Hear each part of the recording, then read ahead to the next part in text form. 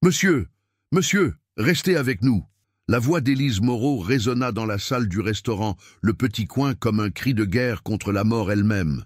Ses mains fermes saisirent le vieil homme par les épaules, tandis que les autres clients se figeaient dans un silence de cathédrale brisé uniquement par le cliquetis des couverts qui tombaient sur le carrelage de terre cuite. Abonnez-vous à la chaîne pour plus d'histoires incroyables et commentez de quelle ville et de quel pays vous nous regardez. L'homme aux cheveux argentés, vêtu d'un costume discret mais élégant, portait la main à sa gorge avec une expression de panique pure. Ses yeux bleus, embrumés par l'âge mais encore vifs, cherchaient désespérément de l'air. Il s'étouffait.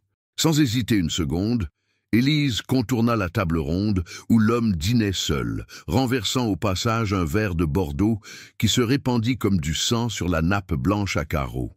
Les autres garçons du restaurant restaient pétrifiés. Mais elle, avec ses 27 ans et son instinct maternel hérité de sa grand-mère Marguerite, savait exactement quoi faire. « Écartez-vous » ordonna-t-elle d'une voix qui ne tremblait pas, bien que son cœur battît la chamade. Elle se plaça derrière l'inconnu, passa ses bras autour de sa taille et plaça ses poings joints sous le sternum. D'un mouvement sec et puissant, elle effectua la manœuvre de Heimlich, qu'elle avait apprise lors d'un cours de secourisme dispensé par la Croix-Rouge dans le centre communautaire de Villeurbanne. Une fois, deux fois, à la troisième tentative, un morceau de viande rouge jaillit de la bouche de l'homme et atterrit sur le sol avec un bruit sourd. L'air envahit ses poumons dans un râle profond et salvateur. L'homme s'effondra sur sa chaise, haletant, une main posée sur sa poitrine qui se soulevait et s'abaissait rapidement. Ses joues avaient retrouvé quelques couleurs, et ses yeux d'un bleu perçant, se posèrent sur Élise avec une reconnaissance infinie. « Mademoiselle, » murmura-t-il d'une voix encore rauque, « vous m'avez sauvé la vie. » Élise s'agenouilla à côté de lui, posant doucement une main sur son poignet pour vérifier son pouls. Ses gestes étaient sûrs, délicats, empreints de cette compassion naturelle qui la caractérisait depuis l'enfance. « Chut, ne parlez pas tout de suite, » dit-elle avec un sourire rassurant. « Respirez calmement. Voilà, comme ça. Tout va bien maintenant. » Autour d'eux, les clients du petit coin commençaient à retrouver leurs esprits. Des murmures admiratifs s'élevaient. « Elle l'a sauvé. Quelle présence d'esprit. Sans elle, ce pauvre homme. » Mais Élise n'entendait rien de tout cela. Toute son attention était concentrée sur l'homme assis devant elle, cet inconnu élégant qui semblait si seul au milieu de tous ces gens. Il y avait quelque chose de noble dans son port de tête, malgré la fragilité que l'incident venait de révéler. « Comment vous sentez-vous » demanda-t-elle doucement. « Voulez-vous que j'appelle un médecin? Une ambulance ?» L'homme secoua lentement la tête, un sourire fragile éclairant son visage marqué par les années. « Non, ma chère enfant. Grâce à vous, je vais bien. » Il prit sa main dans les siennes, des mains douces mais fermes, aux ongles soignés. « Je ne sais comment vous remercier. Vous avez des mains d'ange et un cœur de lionne. » Élise rougit légèrement. Compliments et remerciements la mettaient toujours mal à l'aise. Elle avait simplement fait ce qui lui semblait naturel, évident même. « N'importe qui aurait fait la même chose, » répondit-elle, avec cette modestie sincère qui était sa marque de fabrique. « Détrompez-vous, » murmura l'homme en jetant un regard circulaire sur les autres clients qui recommençaient à bavarder, soulagés que le drame soit passé. Peu de personnes auraient eu votre courage et votre sang-froid. Il se leva lentement, refusant l'aide qu'Élise lui proposait, et sortit un portefeuille de cuir fin de sa veste. « Non, » dit immédiatement Élise en levant la main. « Je ne veux rien, vraiment. » L'homme la regarda avec une surprise mêlée de respect. Dans son monde, tout s'achetait et se payait. Cette jeune femme aux cheveux châtains tirés en queue de cheval, avec son tablier simple et ses yeux noisettes lumineux, venait de lui offrir quelque chose d'inestimable sans rien attendre en retour. « Alors, permettez-moi au moins de connaître le nom de mon ange gardien, » dit-il avec une galanterie d'un autre temps. « Élise, » répondit-elle simplement. « Élise Moreau. »« Élise, » répéta-t-il comme s'il gravait ce prénom dans sa mémoire. Un bien joli nom pour une bien jolie âme. Il prit délicatement sa main et y déposa un baiser respectueux, geste qui fit battre le cœur d'Élise un peu plus fort. Il y avait tant de noblesse dans ce simple geste, tant de reconnaissance sincère. Puis-je connaître le vôtre? Osa-t-elle demander. L'homme hésita une fraction de seconde. Dans ses yeux passa une ombre, comme s'il pesait soigneusement sa réponse. Maurice, dit-il finalement. Maurice Dubois. Élise ne remarqua pas l'hésitation, ni le mensonge pieux. Elle était bien trop préoccupée par l'état de santé de ce Maurice Dubois, qui venait de frôler la mort dans son restaurant. « Êtes-vous sûr de ne pas vouloir voir un médecin, monsieur Dubois? Ces choses-là peuvent parfois avoir des séquelles. J'irai consulter demain, je vous le promets, la rassura-t-il. Mais pour l'instant, je dois rentrer. Ma famille va s'inquiéter. » Il remit sa veste, laissa quelques billets sur la table, bien plus que le montant de son repas à peine entamé, et se dirigea vers la sortie d'un pas encore un peu chancelant. Arrivé à la porte, il se retourna une dernière fois vers Élise, qui était restée près de sa table, occupée à nettoyer les dégâts causés par l'incident. « Élise Moreau, dit-il doucement, assez fort pour qu'elle l'entende. Je n'oublierai jamais ce que vous avez fait ce soir. Jamais !» Et il disparut dans la nuit lyonnaise, laissant derrière lui une jeune femme troublée et un restaurant qui bruissait encore de commentaires sur l'héroïsme de leur garçonnette préférée. Élise ne pouvait pas savoir qu'elle venait de sauver la vie de Maurice Delaunay, père de l'un des hommes les plus riches de France. Elle ne pouvait pas imaginer non plus que ce geste d'humanité spontanée allait changer le cours de sa vie à jamais. Tout ce qu'elle savait, c'est qu'elle avait fait ce qui lui semblait juste, et que les yeux bleus reconnaissants de ce Maurice Dubois continueraient de la hanter longtemps après cette soirée d'automne à Lyon.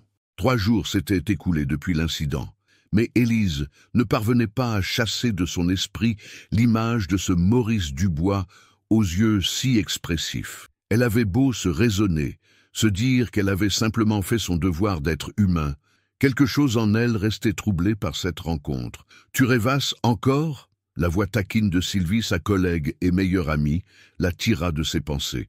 Élise sursauta, manquant de renverser le plateau qu'elle portait.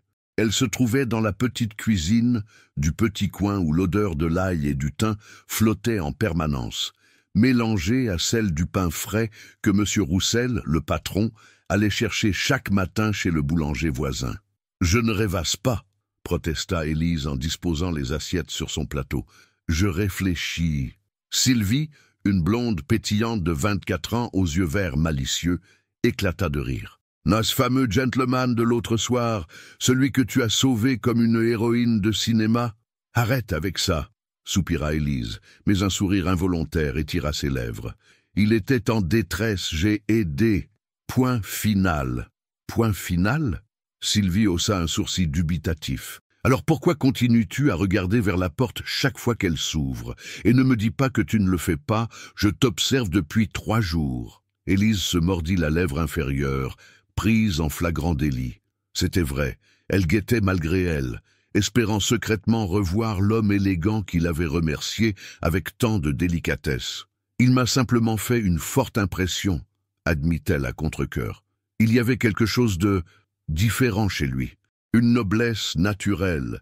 Et puis, il était si seul et mystérieux, renchérit Sylvie avec un clin d'œil. Le parfait héros romantique. Tu devrais écrire des romans, ma vieille. Avant qu'Élise puisse répliquer, la clochette de l'entrée tinta joyeusement. Les 2 jeunes femmes se tournèrent instinctivement vers la salle, et le cœur d'Élise fit un bond. Ce n'était pas Maurice Dubois, mais un homme d'une 40aine d'années, grand et élégant, aux cheveux bruns légèrement grisonnants sur les tempes. Il portait un manteau de laine noire parfaitement coupé, et une écharpe de cachemire qui suggérait un certain raffinement. Ses yeux d'un brun profond parcouraient la salle avec curiosité. « Je m'en occupe, » dit machinalement Élise, mais Sylvie la retint par le bras. « Attends, » murmura-t-elle. « Tu as vu comme il regarde partout? On dirait qu'il cherche quelque chose, ou quelqu'un. » L'homme s'approcha en effet du comptoir où trônait la caisse enregistreuse et s'adressa à M. Roussel qui essuyait des verres derrière le bar. « Excusez-moi, » dit-il d'une voix grave et bien timbrée. « Je cherche une jeune femme qui travaille ici. Elle s'appelle Élise Moreau. » Le sang d'Élise ne fit qu'un tour. Sylvie lui lança un regard ébahi. « Quelqu'un te cherche ?» chuchota-t-elle. « Il ne m'avait pas dit que tu attendais une visite. » Mais Élise ne l'écoutait plus. Elle s'avança vers l'homme, le cœur battant, 1000 questions se bousculant dans sa tête. Était-ce un ami de Maurice Dubois, un membre de sa famille? Apportait-il de mauvaises nouvelles? C'est moi, dit-elle en s'approchant. Je suis Élise Moreau. L'homme se tourna vers elle, et l'espace d'un instant, son expression changea complètement. Ses yeux s'écarquillèrent légèrement, comme s'il découvrait quelque chose d'inattendu.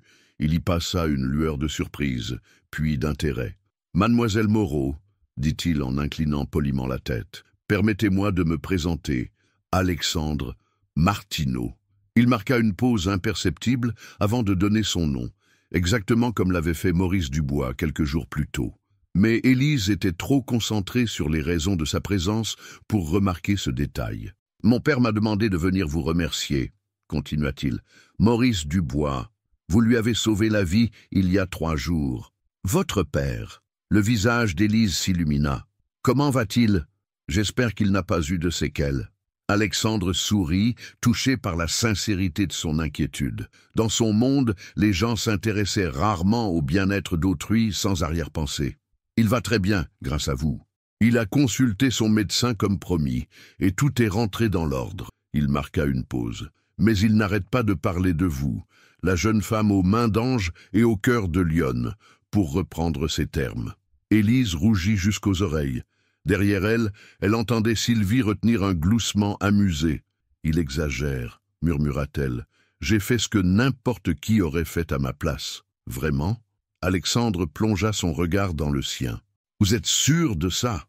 Il y avait quelque chose de troublant dans sa façon de la regarder, comme s'il cherchait à percer ses secrets. Élise se sentit soudain très consciente de son apparence. Son tablier simple, ses cheveux relevés à la hâte, ses mains rougies par le travail. Face à cet homme manifestement habitué au luxe, elle se sentait terriblement ordinaire. « Oui, balbutia-t-elle. « Enfin, j'espère. » Alexandre sourit, et ce sourire transforma complètement son visage. Il paraissait soudain plus jeune, plus accessible. « Mon père souhaiterait vous inviter à dîner, dit-il, pour vous remercier dignement, dans un restaurant de votre choix, bien sûr. »« Oh non !» Élise secoua vivement la tête. « C'est très gentil, mais ce n'est vraiment pas nécessaire. J'ai juste fait votre travail, je sais. » L'interrompit Alexandre avec amusement. « C'est exactement ce qu'il m'avait dit que vous répondriez. » Il sortit une carte de visite de sa poche et la lui tendit. « Réfléchissez-y. Voici mon numéro. Mon père serait vraiment très heureux de pouvoir s'entretenir avec vous.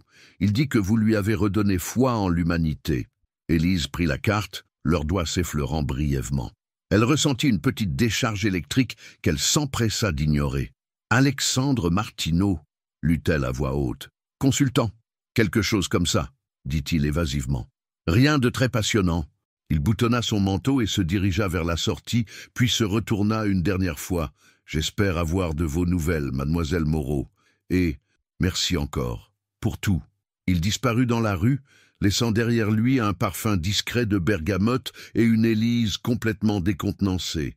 Alors, Sylvie se précipita vers elle dès que la porte se referma. « Qu'est-ce que tu attends pour l'appeler ?»« L'appeler ?»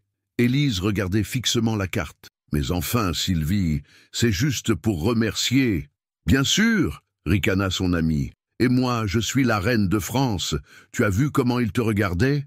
Élise secoua la tête, mais elle ne pouvait nier le trouble qu'avait éveillé en elle la visite d'Alexandre Martineau. Il y avait eu quelque chose dans ses yeux, une intensité qu'elle n'arrivait pas à s'expliquer. « Il est beau !» reconnut-elle à voix basse. « Beau et visiblement intéressé !»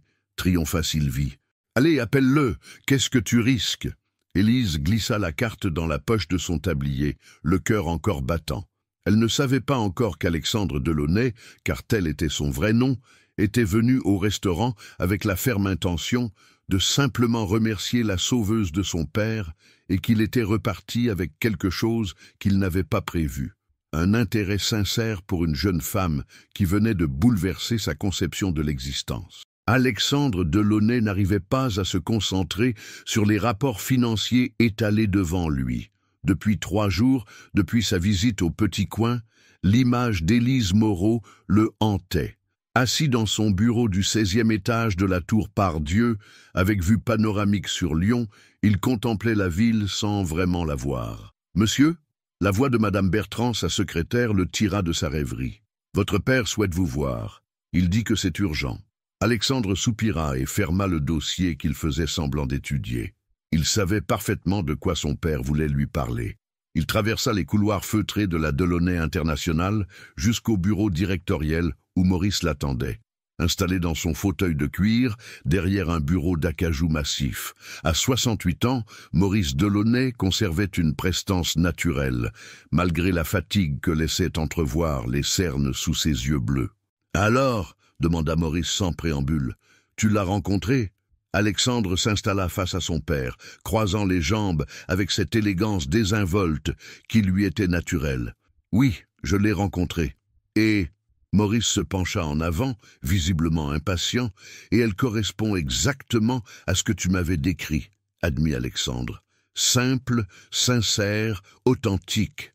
Elle a refusé le dîner, évidemment. »« Évidemment, » sourit Maurice. « Cette petite a de l'orgueil. » Un bel orgueil, pas celui des nouveaux riches ou des arrivistes, l'orgueil de ceux qui ont des principes.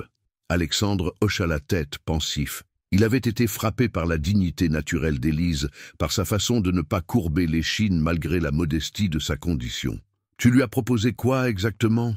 continua Maurice. « Une bourse d'études pour reprendre ses études, un poste dans nos établissements avec un salaire décent. Une aide pour sa grand-mère qui élève encore des enfants dans ce quartier difficile. » Maurice fronça les sourcils. « Tu as fait tout ça en une seule visite ? Alexandre, voyons. Cette fille va se braquer complètement. Elle va croire qu'on la prend pour une mendiante. »« Non, papa. » Alexandre leva la main pour le rassurer. « Je n'ai rien proposé du tout. J'ai juste dit qu'on voulait la remercier avec un dîner. » Ah, Maurice se détendit. « Bien. Et qu'est-ce qui t'a retenu de faire nos propositions ?» Alexandre hésita. Comment expliquer à son père qu'en voyant Élise, en croisant son regard franc et lumineux, il avait soudain eu honte de ses intentions initiales? Comment dire qu'il avait eu l'impression de souiller quelque chose de pur en pensant lui offrir de l'argent? « Elle m'a surpris, » dit-il finalement. « Je m'attendais à, je ne sais pas, à quelqu'un de différent. » Différent comment? Plus calculateur peut-être, plus intéressé. La plupart des gens, quand ils apprennent qui nous sommes, mais elle ne sait pas qui nous sommes, le coupa Maurice. Tu lui as dit que j'étais Maurice Dubois et que toi, tu étais Alexandre Martineau, avoua Alexandre en passant une main dans ses cheveux. Consultant. Maurice éclata de rire. Consultant! Mon fils, l'héritier d'un empire hôtelier, se fait passer pour un consultant. Papa, tu sais très bien pourquoi. Dès que les gens connaissent notre nom, ils changent, ils deviennent faux, intéressés. Je voulais la rencontrer sans ces parasites. Le sourire de Maurice s'estompa. Il connaissait bien ce problème.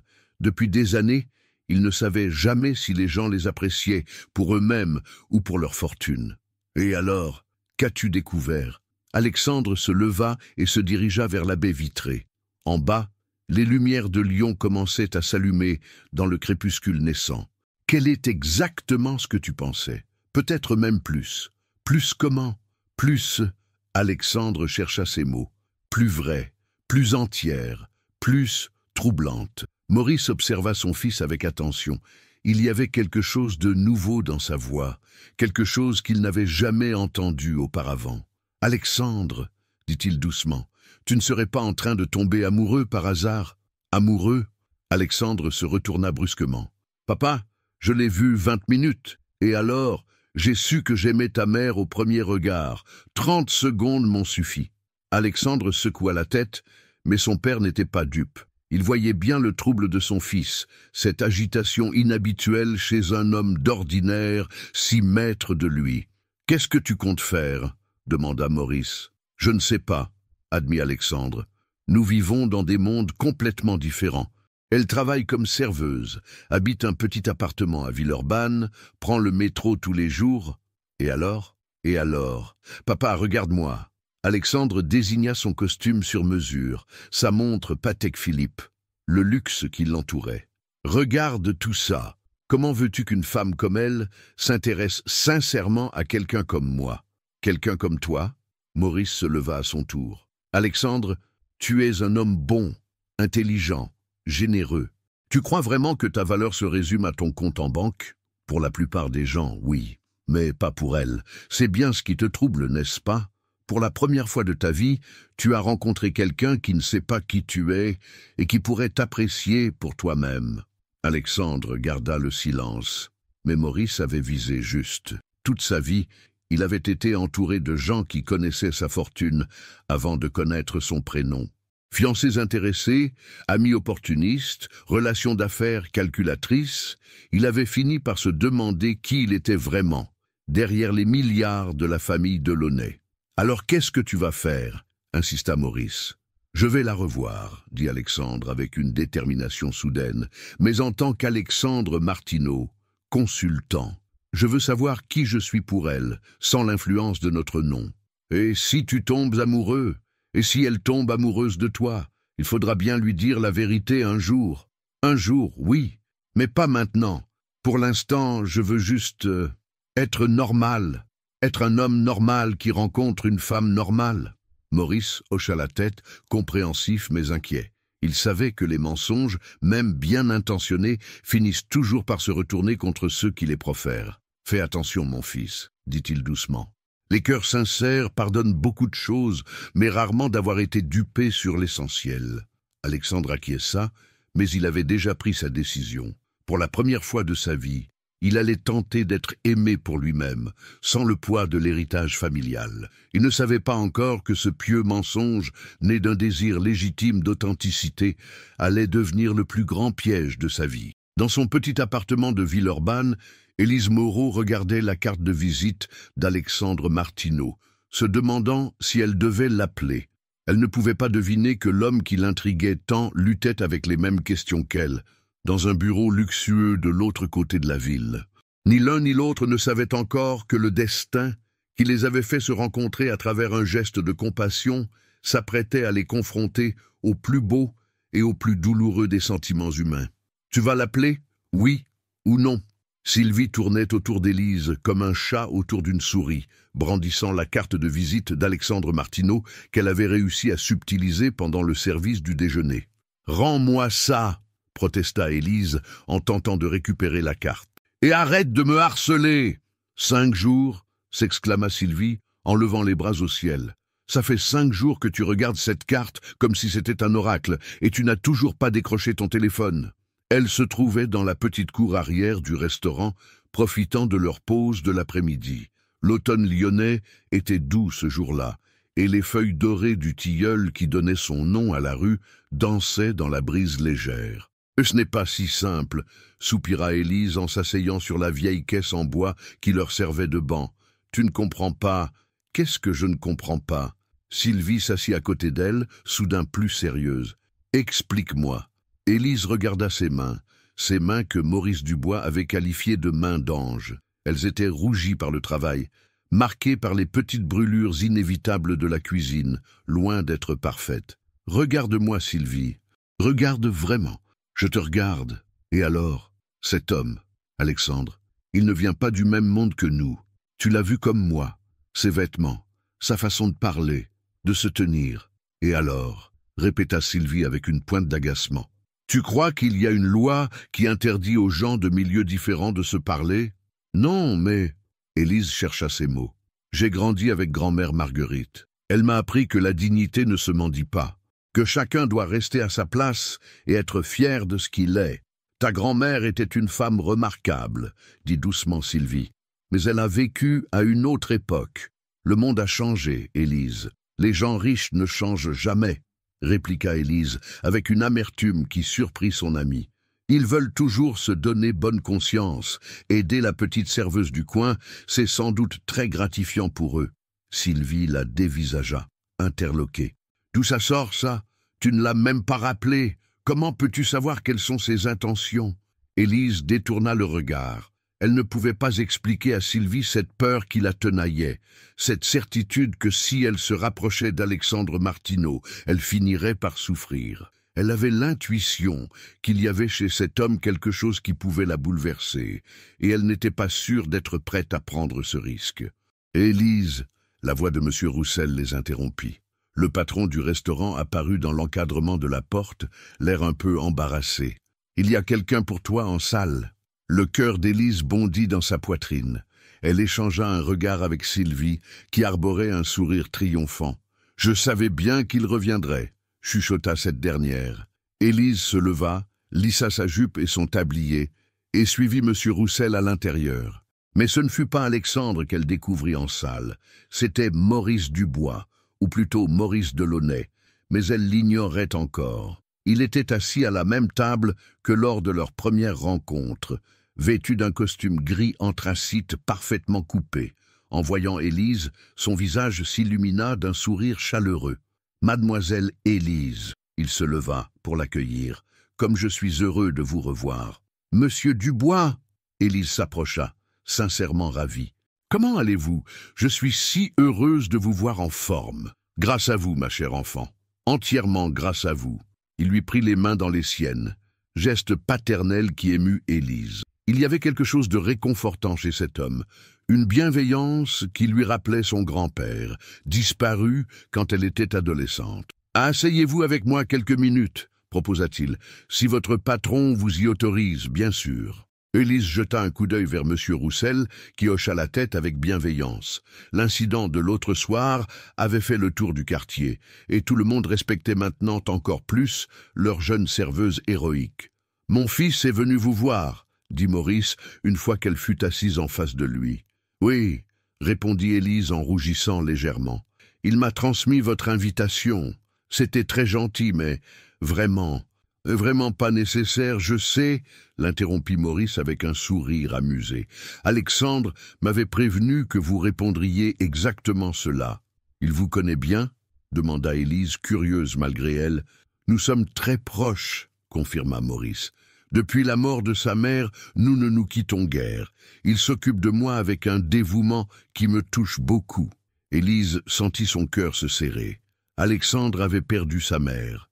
Cela expliquait peut-être cette mélancolie qu'elle avait cru percevoir dans son regard. « Je suis désolée pour votre épouse, » dit-elle doucement. « Merci, ma chère. C'est encore douloureux, même après toutes ces années. » Maurice soupira. « Mais parlons de choses plus joyeuses. Alexandre m'a dit qu'il vous avait trouvé remarquable. » Élise rougit de plus belle. « Il a été très poli. »« Poli ?» Maurice éclata de rire. « Ma chère enfant, mon fils n'a pas prononcé un mot d'autre chose que de vous depuis qu'il vous a rencontré. Il tourne dans son bureau comme un lion en cage. »« Vraiment ?» Élise n'arrivait pas à cacher sa surprise. « Vraiment. Et je vais vous dire un secret. » Maurice se pencha vers elle avec un air de conspirateur. « Alexandre est un homme très solitaire. Depuis la mort de sa mère, il s'est refermé sur lui-même. Il travaille beaucoup, sort peu, ne fait confiance à personne. Mais quand il parle de vous, » il laissa sa phrase en suspens, laissant à Élise le soin de l'imaginer. « Monsieur Dubois, Maurice, s'il vous plaît, Maurice, » reprit-elle. « Je ne sais pas quoi dire. Votre fils et moi, nous ne nous connaissons pas vraiment. Nous venons de milieux très différents. » Et alors, Maurice reprit presque mot pour mot la réaction de Sylvie. « L'amour ne connaît pas les frontières sociales, ma chère Élise. » L'amour, Élise sursauta. « Mais nous ne parlons pas d'amour. »« Non ?»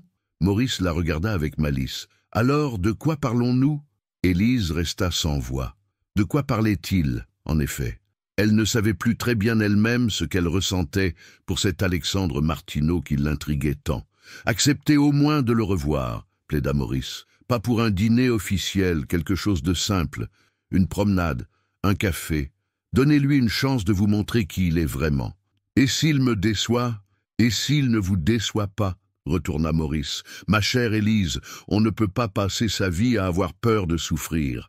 Parfois, il faut prendre le risque d'être heureux. » Ces mots résonnèrent en Élise comme une évidence qu'elle avait toujours refusé d'entendre. Maurice se leva, déposa quelques billets sur la table et lui prit une dernière fois la main. « Appelez-le, » dit-il simplement. « Appelez mon fils, il n'attend que ça. » Et il repartit, laissant Élise seule avec ses pensées et une décision à prendre. Ce soir-là, chez elle, elle contempla une dernière fois la carte de visite d'Alexandre Martineau. Puis, avant de perdre courage, elle composa le numéro. Alexandre raccrocha son téléphone portable et resta un moment immobile, le cœur battant. Élise avait appelé. Élise Moreau venait de lui téléphoner, d'une voix un peu tremblante mais déterminée, pour accepter de le rencontrer autour d'un café. Quelque chose de simple, avait-elle précisé. Je ne veux rien d'extravagant. Il avait proposé un petit café près des quais du Rhône, loin des établissements huppés qu'il fréquentait habituellement. Un endroit où Alexandre Martineau, consultant de classe moyenne, pourrait inviter une serveuse sans que cela paraisse déplacé. Mais maintenant qu'il avait raccroché, une angoisse l'envahissait. Comment s'habiller? Que dire? Comment se comporter pour rester crédible dans son rôle? Il n'avait jamais eu à se soucier de ces détails. Sa fortune lui ouvrait toutes les portes. Sa réputation le précédait partout. Pour la première fois de sa vie, il allait devoir séduire une femme par ses seuls mérites personnels. Il ouvrit son dressing et contempla ses rangées de costumes sur mesure. Trop élégants. Ses chemises de soie italiennes, trop luxueuses. Ses chaussures anglaises cousues main, trop raffinées. Au fond d'une étagère, il retrouva quelques vêtements de ses années d'études. Un jean délavé, une chemise en coton blanc toute simple, une veste de cuir noir qu'il avait achetée lors d'un voyage en Italie pendant ses études de commerce. Des vêtements qu'il n'avait plus portés depuis des années, mais qui le feraient passer pour un homme normal. « Qu'est-ce que tu fais ?» La voix de Maurice le fit sursauter.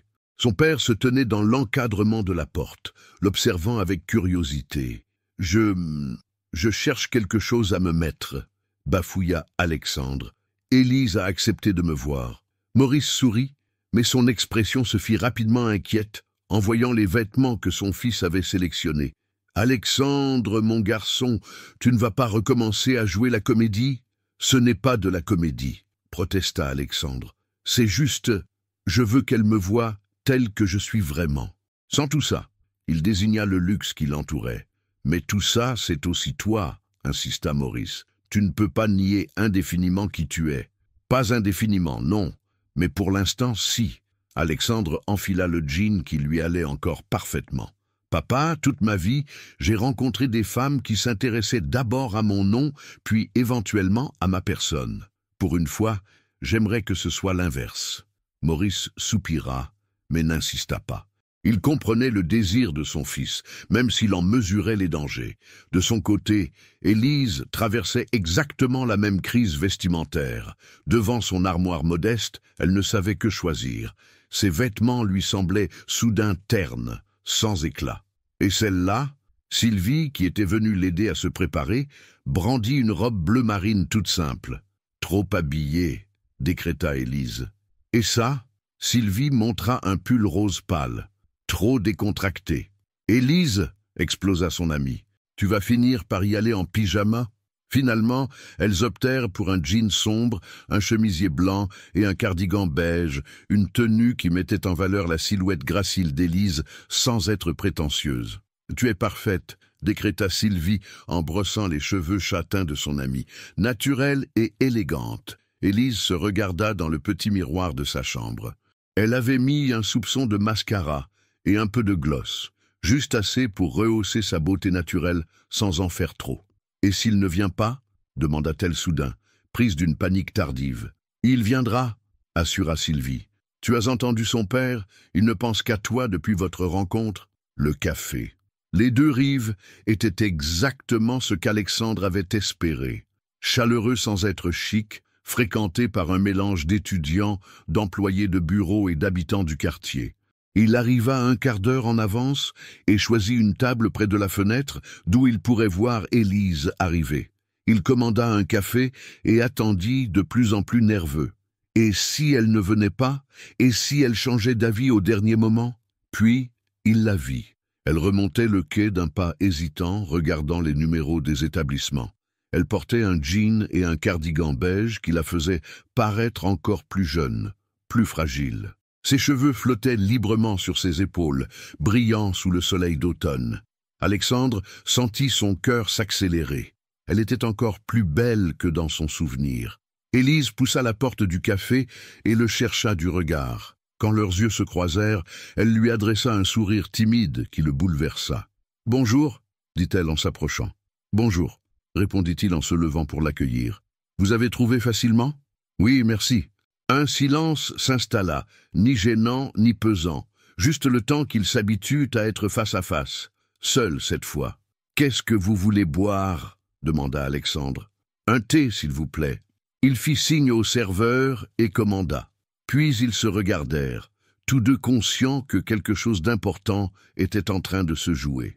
Je dois vous avouer, dit Élise en baissant les yeux, que j'ai failli ne pas venir. Vraiment? Pourquoi? Parce que, elle chercha ses mots, parce que je ne comprends pas pourquoi un homme comme vous s'intéresserait à quelqu'un comme moi. Alexandre sentit une douleur sourde dans sa poitrine. Si elle savait qui il était vraiment, elle comprendrait que c'était exactement l'inverse. Il ne comprenait pas comment une femme aussi pure, aussi authentique qu'elle pourrait s'intéresser à lui. « Un homme comme moi ?» répéta-t-il. « Qu'est-ce que vous voulez dire? Vous savez bien, » dit-elle en rougissant. « Vous êtes différent, cultivé, élégant, et vous pensez que je ne peux pas apprécier une femme courageuse, généreuse, qui sauve la vie des gens sans rien attendre en retour. » Leurs regards se croisèrent, et cette fois, ni l'un ni l'autre ne détourna les yeux. Il y avait quelque chose de magnétique dans cet échange muet, quelque chose qui dépassait les mots. « Parlez-moi de vous, » dit Alexandre doucement. « Vraiment, pas seulement votre nom et votre travail. Vous. » Élise hésita, puis commença à raconter. Sa grand-mère Marguerite, qui l'avait élevée après la mort de ses parents dans un accident de voiture. Ses études interrompues par manque d'argent. Son travail au restaurant qu'elle aimait malgré tout, parce qu'elle rencontrait des gens, parce qu'elle se sentait utile. Alexandre l'écoutait, fasciné par sa simplicité, par la façon dont elle parlait de sa vie difficile, sans apitoiement ni amertume. « Et vous ?» demanda-t-elle à son tour. « Parlez-moi de votre travail de consultant. » Alexandre sentit un nœud se former dans son estomac. Il allait devoir mentir encore, construire un personnage fictif pour cette femme qui venait de lui offrir sa vérité avec tant de générosité.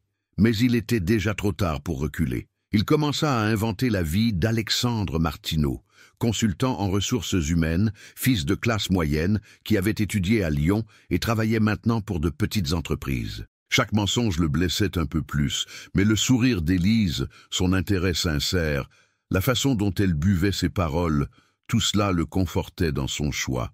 Il était peut-être en train de tromper la femme la plus honnête qu'il ait jamais rencontrée, mais c'était pour mieux la connaître, pour qu'elle le connaisse vraiment, lui. Du moins, c'est ce qu'il se répétait pour apaiser sa conscience. Le café se vida et se remplit plusieurs fois autour d'eux. Ils parlèrent pendant des heures, perdus l'un dans l'autre, construisant, sans le savoir, les fondations d'un amour basé sur un malentendu qui pourrait bien les détruire, tous les deux. 3 semaines s'étaient écoulées depuis leur premier café, et Alexandre ne reconnaissait plus sa vie. Chaque jour, il trouvait un prétexte pour passer au petit coin, un déjeuner tardif, un café rapide, parfois simplement pour saluer Élise entre 2 rendez-vous d'affaires. Il avait appris à connaître ses horaires par cœur. Élise travaillait du mardi au samedi, de 11h à 23h, avec une pause de 2 heures l'après-midi. Le dimanche et le lundi, elle s'occupait de sa grand-mère Marguerite et suivait des cours de comptabilité par correspondance, rêvant secrètement de reprendre des études. Ce mardi soir, Alexandre l'attendait à la sortie du restaurant, appuyé contre sa voiture. Pas la Bentley qu'il conduisait habituellement, mais une Peugeot 308 d'occasion qu'il avait achetée spécialement pour Alexandre Martineau. « Alex !» Le visage d'Élise s'illumina en le voyant. « Qu'est-ce que tu fais là ?» Il se tutoyait maintenant, naturellement, comme s'ils se connaissaient depuis toujours. Ce passage au tutoiement avait marqué pour Alexandre une étape importante. Élise commençait à le considérer comme un proche. « J'ai fini plus tôt que prévu », mentit-il. En réalité, il avait annulé 3 réunions importantes pour être là. Je me disais qu'on pourrait se promener. Il fait encore doux. Élise regarda le ciel étoilé au-dessus de Lyon. L'automne avait été exceptionnellement clément cette année. D'accord, dit-elle en souriant, mais laisse-moi juste me changer. Je ne peux pas me promener en tenue de travail. Elle disparut dans le restaurant et ressortit 10 minutes plus tard, vêtue d'un jean et d'un pull couleur crème qui mettait en valeur son teint doré. Ses cheveux, libérés de la queue de cheval obligatoire au service, ondulaient doucement sur ses épaules. Alexandre eut le souffle coupé. Chaque fois qu'il la voyait, elle lui semblait plus belle. Pas de cette beauté froide et parfaite des femmes de son monde habituel, mais d'une beauté vivante, rayonnante, qui venait de l'intérieur. « Où allons-nous » demanda-t-elle en montant dans la voiture. « Surprise » dit-il avec un sourire mystérieux. Il l'emmena jusqu'au quai de Saône, dans le vieux Lyon.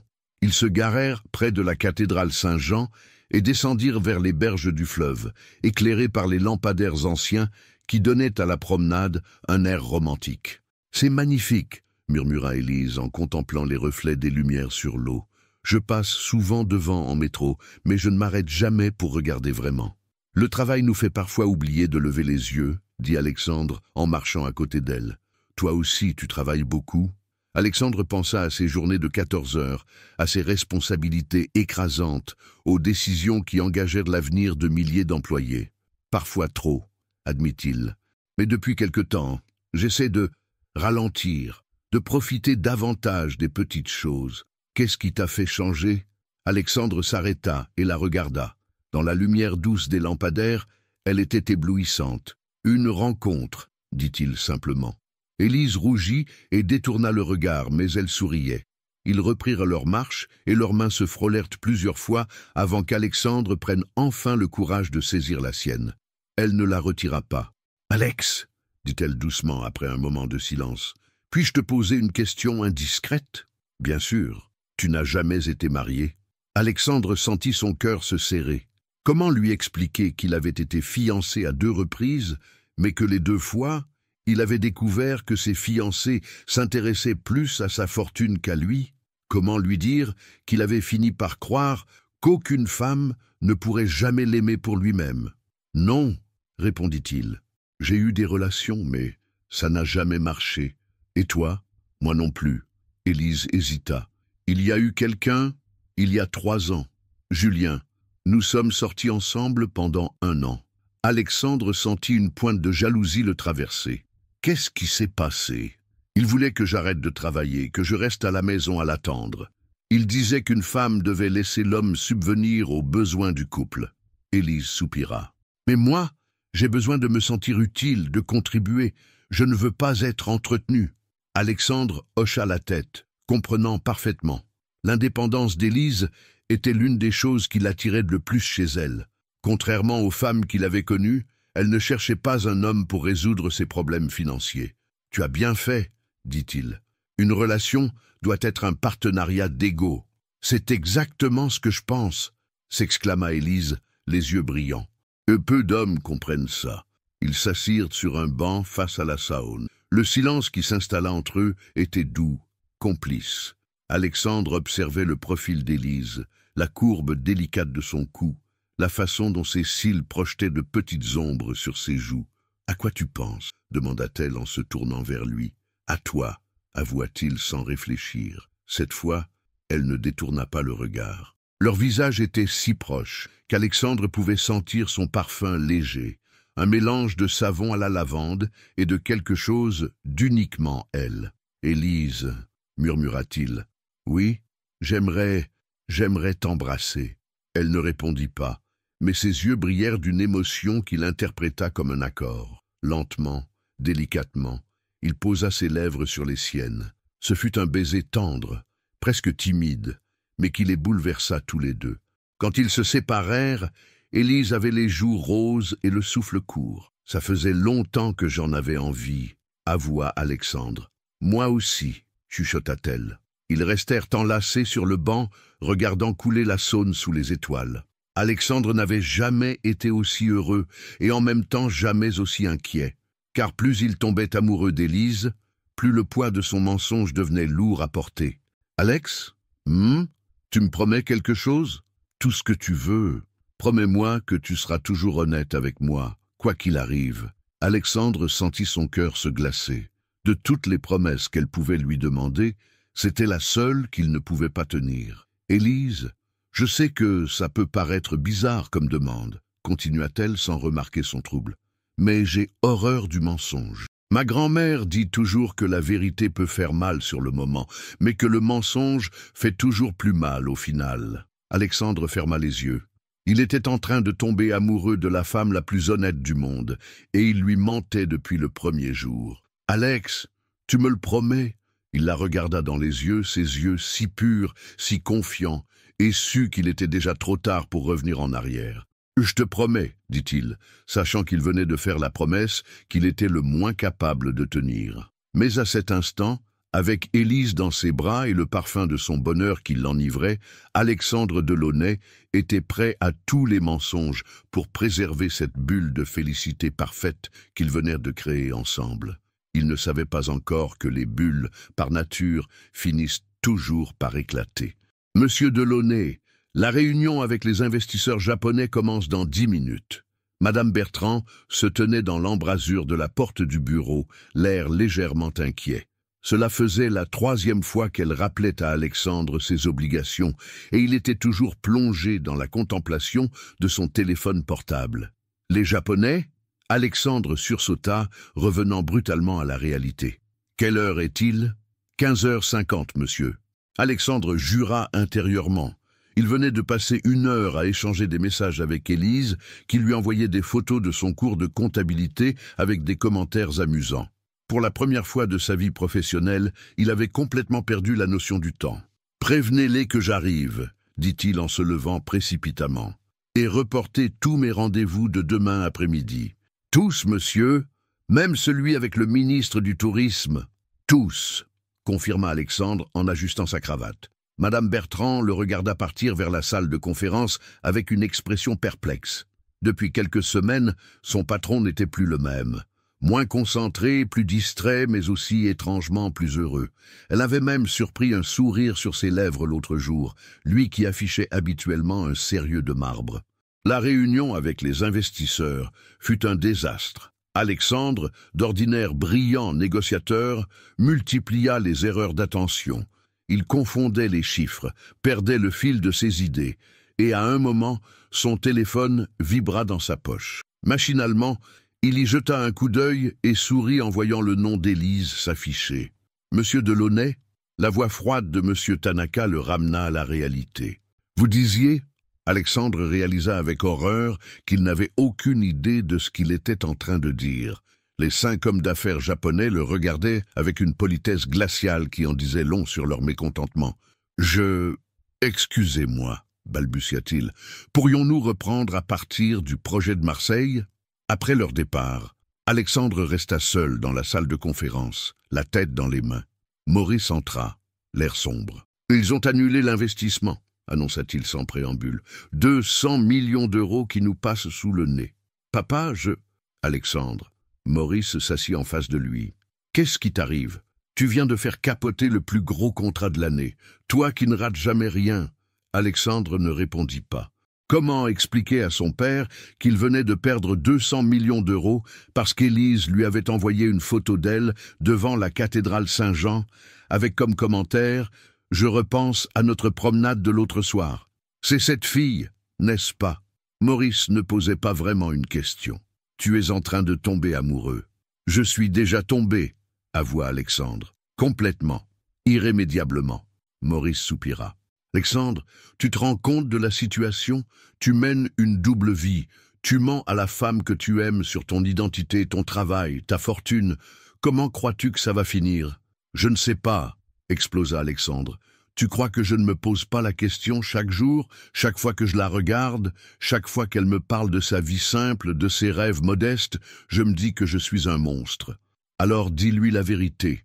Oh, pour qu'elle me fuit, pour qu'elle croie que tout ça n'était qu'un jeu de riches qui s'ennuie. » Alexandre se leva et se dirigea vers la fenêtre. « Papa, elle m'a fait promettre d'être toujours honnête avec elle. Et tu as promis? » « Oui. » Maurice ferma les yeux. « Mon pauvre garçon, tu t'es mis dans une situation impossible. Je sais, mais je ne peux plus revenir en arrière. Je l'aime trop. Et elle ?» Alexandre se tourna vers son père, et Maurice eut un choc en voyant l'expression de son fils. Il y avait là une vulnérabilité, une tendresse qu'il ne lui avait jamais connue. « Je crois qu'elle commence à m'aimer aussi, » murmura Alexandre. « Et c'est ça le plus terrible. Elle tombe amoureuse d'un homme qui n'existe pas. » Au même moment, dans le petit appartement de Villeurbanne qu'Élise partageait avec sa grand-mère, une toute autre conversation avait lieu. « Grand-mère, vous trouvez qu'Alex et moi, on va trop vite ?» Marguerite Moreau, 73 ans, cheveux blancs tirés en chignon strict et regard perçant derrière ses lunettes de lecture, leva les yeux de son tricot. Elle observa sa petite fille, assise en tailleur sur le canapé défraîchi, qui tournait machinalement son téléphone portable entre ses mains. « Qu'est-ce que tu appelles trop vite ?»« Eh bien, Élise rougit. On se voit presque tous les jours. Il me manque quand il n'est pas là. Et hier soir, il m'a embrassé. » Marguerite posa son tricot et étudia sa petite fille avec attention. Elle avait élevé Élise depuis l'âge de 8 ans, après la mort tragique de ses parents, et elle la connaissait par cœur. Elle voyait bien le bonheur qui irradiait d'elle depuis quelques semaines, mais aussi une certaine inquiétude. « Et qu'est-ce que tu ressens pour lui ?» Élise hésita. « Je crois que je suis en train de tomber amoureuse, grand-mère, vraiment amoureuse, pour la première fois de ma vie. Et qu'est-ce qui te fait peur ?» Élise se mordit la lèvre. Sa grand-mère avait toujours eu le don de lire en elle comme dans un livre ouvert. « Il y a quelque chose, je ne sais pas. Parfois, j'ai l'impression qu'il me cache des choses. » « Quel genre de choses ?»« Ses horaires de travail, par exemple. Il dit qu'il est consultant, mais il a l'air d'avoir beaucoup plus de liberté que les consultants que je connais. Et puis, la façon dont il s'habille. Ses vêtements ont l'air chers, même s'il essaie de faire simple. Sa voiture aussi. Et quand il me parle de son travail, c'est toujours très vague. » Marguerite hocha la tête. Elle n'avait rencontré Alexandre qu'une fois, quand il était venu chercher Élise.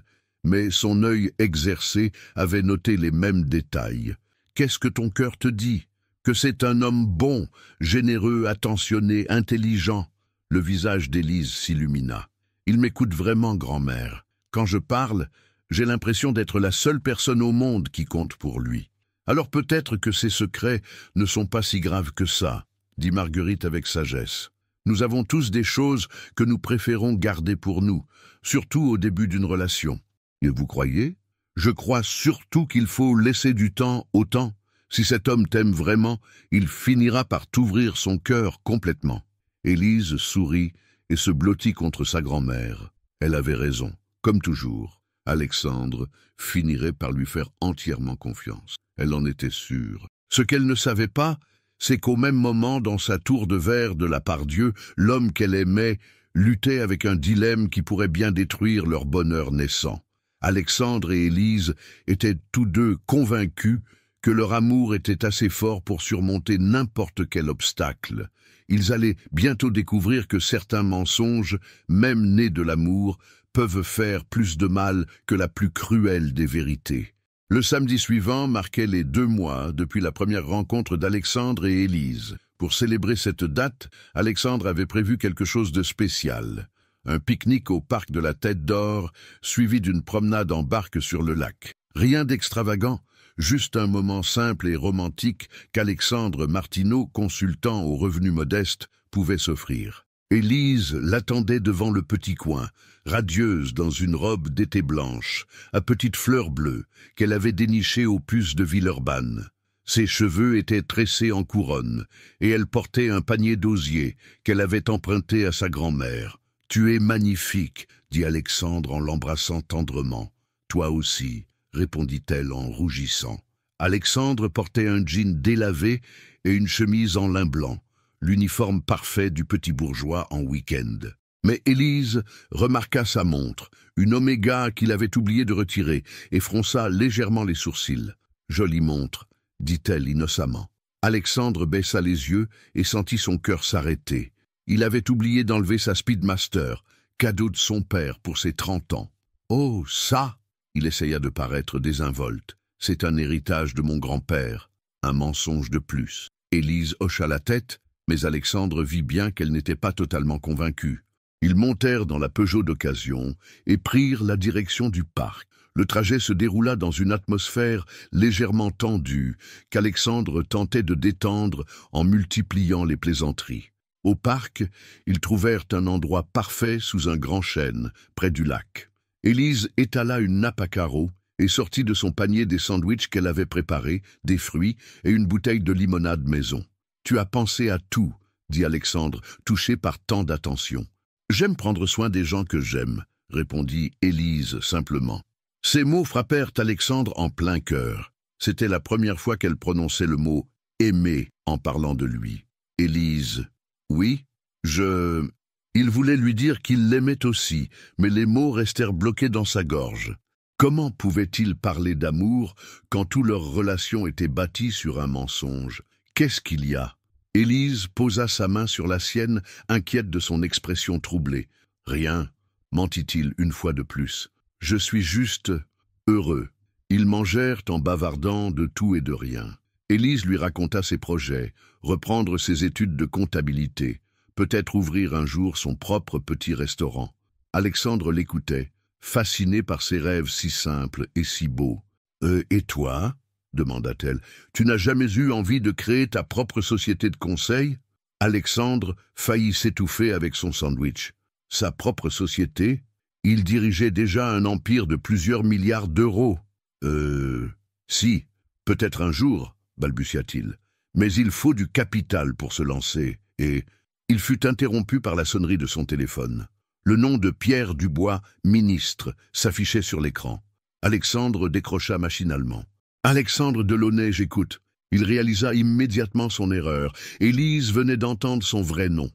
« Excusez-moi, » dit-il rapidement au téléphone. « Je vous rappelle. » Il raccrocha et regarda Élise, qui le fixait avec une expression de confusion totale. « Delaunay, » répéta-t-elle lentement. « Mais tu m'avais dit que tu t'appelais Martineau. » Alexandre sentit le monde s'écrouler autour de lui. Son esprit se mit à tourner à toute vitesse, cherchant une explication plausible. « C'est mon nom professionnel, » improvisa-t-il. « Alexandre Delaunay Martineau, mais c'est compliqué à expliquer. Alors, je ne donne généralement que Martineau. » Élise continuait à le regarder, et Alexandre voyait bien qu'elle ne gobait pas son explication. « Alex, » dit-elle doucement. « Qui était-ce au téléphone ?»« Un client. Un client qui t'appelle un samedi après-midi et qui te vouvoie. » Alexandre se rendit compte qu'il s'enfonçait de plus en plus. Chaque mensonge en appelait un autre, et il ne s'en sortait plus. « Élise, je peux tout expliquer. »« J'espère bien. » Pour la première fois depuis qu'il la connaissait, la voix d'Élise était froide. « Parce que là, j'ai l'impression que tu me prends pour une idiote. » Elle se leva brusquement et commença à ranger les affaires dans le panier. Alexandre se leva aussi et tenta de la retenir par le bras. « Élise, s'il te plaît, laisse-moi t'expliquer. »« M'expliquer quoi ?» Elle se retourna vers lui et Alexandre fut choqué de voir des larmes dans ses yeux. « Que tu m'as menti depuis le début? Que tu joues un rôle avec moi? »« Non, ce n'est pas ça. »« Alors c'est quoi ?» Elle croisa les bras, attendant sa réponse. Alexandre la regarda, cette femme qu'il aimait plus que tout, et sut qu'il était arrivé au point de non-retour. Il ne pouvait plus mentir, mais il ne pouvait pas non plus dire la vérité. Pas ici, pas comme ça. C'est compliqué, dit-il faiblement. Compliqué? Élise eut un rire amer. Alex ou Alexandre, ou je ne sais plus comment tu t'appelles vraiment. La vérité n'est jamais compliquée. Soit on la dit, soit on ment. Il n'y a pas de milieu. Elle ramassa le panier et se dirigea vers la sortie du parc. Alexandre la suivit, désespéré. « Élise, attends !»« Non !» Elle se retourna une dernière fois. « Tu sais ce qui me fait le plus mal? Ce n'est pas que tu m'aies menti, c'est que tu continues à me mentir. Même maintenant, même quand tu vois que je souffre, tu n'arrives pas à me dire la vérité. Si tu savais la vérité, tu ne voudrais plus jamais me voir. Et tu crois que là, j'ai envie de te revoir. » Ces mots frappèrent Alexandre comme une gifle. Élise monta dans un taxi qui passait et disparut, le laissant seul au milieu du parc avec les débris de son mensonge et de son cœur brisé. Ce soir-là, dans son penthouse de la presqu'île, Alexandre contemplait Lyon qui s'étendait à ses pieds. Il avait tout, l'argent, le pouvoir, le succès. Mais il venait de perdre la seule chose qui avait jamais vraiment compté, l'amour d'une femme exceptionnelle qui lui avait offert son cœur en toute sincérité. Et le plus ironique, c'est qu'il l'avait perdue en essayant de la protéger de qui il était vraiment. Dans son petit appartement de Villeurbanne, Élise pleurait dans les bras de sa grand-mère, le cœur brisé par la découverte que l'homme qu'elle aimait n'était peut-être qu'une illusion. Aucun des deux ne savait encore que le pire était à venir. 2 semaines s'étaient écoulées depuis l'incident du parc, et le petit coin avait perdu de sa joie de vivre. Élise accomplissait ses tâches mécaniquement, le sourire absent, les yeux souvent perdus vers la porte d'entrée qu'Alexandre ne franchissait plus. « Ma puce !» dit Sylvie en s'asseyant à côté d'elle pendant leur pause. « Tu ne peux pas continuer comme ça. » Élise leva les yeux de sa tasse de thé refroidie. Elle avait maigri et des cernes sombres marquaient son visage habituellement lumineux. « Continuer comment ? À te consumer comme ça, à t'interdire d'être heureuse parce qu'un homme t'a menti. »« Ce n'est pas un homme, Sylvie, » répliqua Élise avec une amertume qui ne lui ressemblait pas. « C'est l'homme que je croyais aimer, sauf que cet homme n'existe pas. Il était juste le produit de mon imagination et de ses mensonges. » Sylvie soupira. Elle avait essayé tous les arguments possibles pour convaincre son amie de donner une seconde chance à Alexandre, mais Élise restait inflexible. « Et s'il avait une bonne raison de te mentir ? Quelle bonne raison peut-il y avoir de mentir sur son identité ?»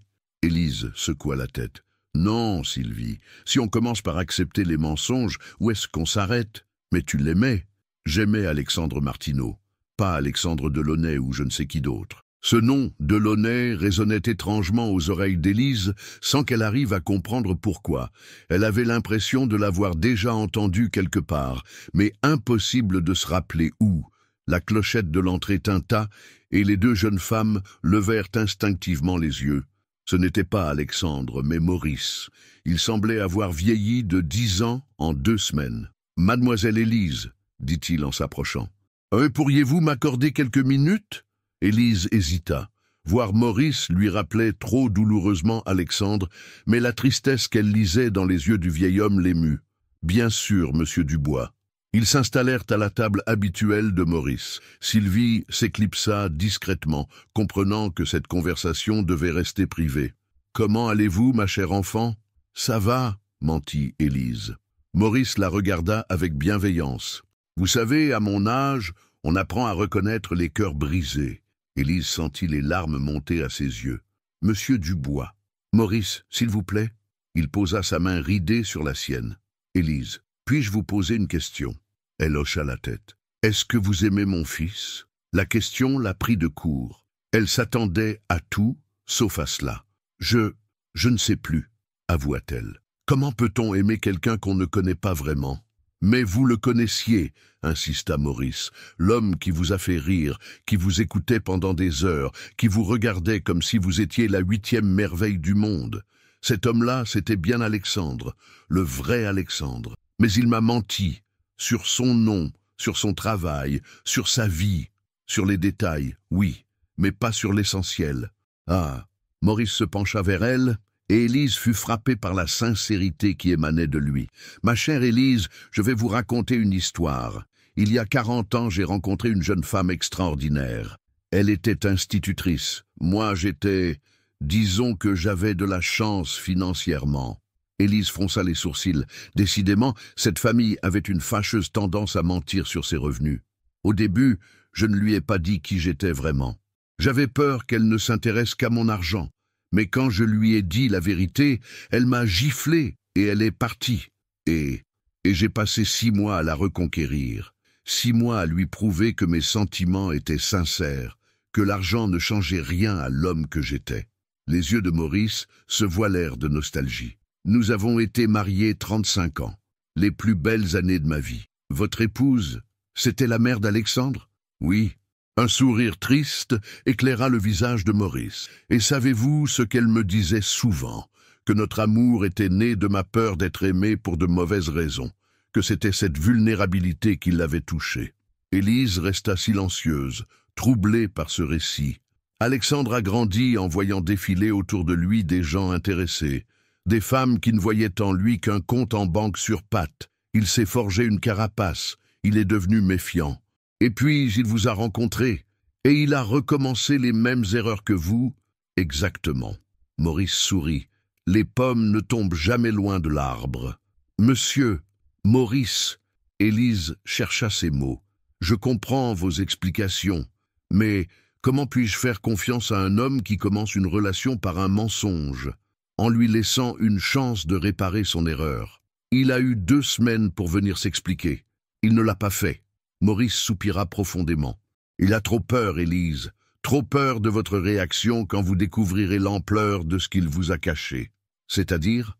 Maurice hésita longuement, puis sembla prendre une décision.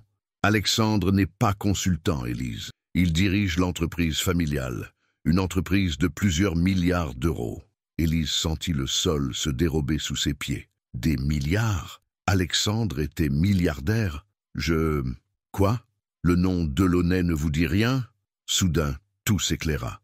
Delaunay International. Les hôtels de luxe. Elle avait vu des publicités, lu des articles. Alexandre Delaunay était l'un des hommes les plus riches de France. « Oh mon Dieu !» murmura-t-elle. « Nous sommes riches, oui, très riches. » Maurice la regarda avec compassion. Et Alexandre était persuadé que si vous le saviez, vous ne le verriez plus jamais de la même façon. Élise était sous le choc. Tout prenait un sens nouveau. Les vêtements de qualité, les horaires flexibles, l'aisance naturelle d'Alexandre. « Il m'a prise pour une idiote », dit-elle finalement. « Non », Maurice se pencha vers elle. « Il vous a vue comme une femme exceptionnelle qu'il ne voulait pas perdre. En me mentant, en ayant peur. » Maurice se leva, comprenant qu'il avait dit ce qu'il avait à dire. « Élise, je ne vous demande pas de lui pardonner. Je vous demande juste d'y réfléchir. Mon fils vous aime, vraiment, et je pense que vous l'aimez aussi. » Il déposa quelque chose sur la table avant de partir. Une photo en noir et blanc d'un jeune homme élégant, tenant par la main une femme en robe simple. « Nous, il y a 40 ans, dit-il simplement. L'amour vaut parfois la peine qu'on lui donne une seconde chance. » Après son départ, Élise resta longtemps à fixer la photo. L'amour de Maurice et de sa femme était visible dans chaque pixel de l'image. Un amour qui avait survécu aux mensonges, aux différences, au temps. Pour la première fois depuis 2 semaines, elle se demanda si elle n'était pas en train de faire la plus grosse erreur de sa vie. Ce matin-là, Élise se rendit au travail, l'esprit encore troublé par sa conversation avec Maurice. Elle avait passé une nuit blanche, à repenser à chaque moment passé avec Alexandre, à réévaluer chaque geste, chaque parole, à la lumière de cette nouvelle vérité. L'homme qu'elle aimait était l'un des plus riches de France. En arrivant au petit coin, elle trouva Sylvie, dans tous ses états, brandissant un magazine People qu'elle venait d'acheter. « Élise !» s'exclama son amie. « Tu ne vas pas le croire !»« Quoi encore ?» Sylvie ouvrit le magazine à la page centrale et le posa devant Élise. La photo occupait 2 pages. Alexandre, en smoking impeccable, serrant la main du maire de Lyon lors d'une soirée de gala.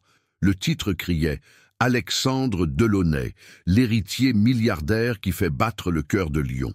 Élise sentit son cœur s'arrêter. Voir Alexandre ainsi, dans son élément naturel, entouré de personnalités politiques et d'hommes d'affaires, rendait la réalité encore plus brutale. « C'est lui, n'est-ce pas ?»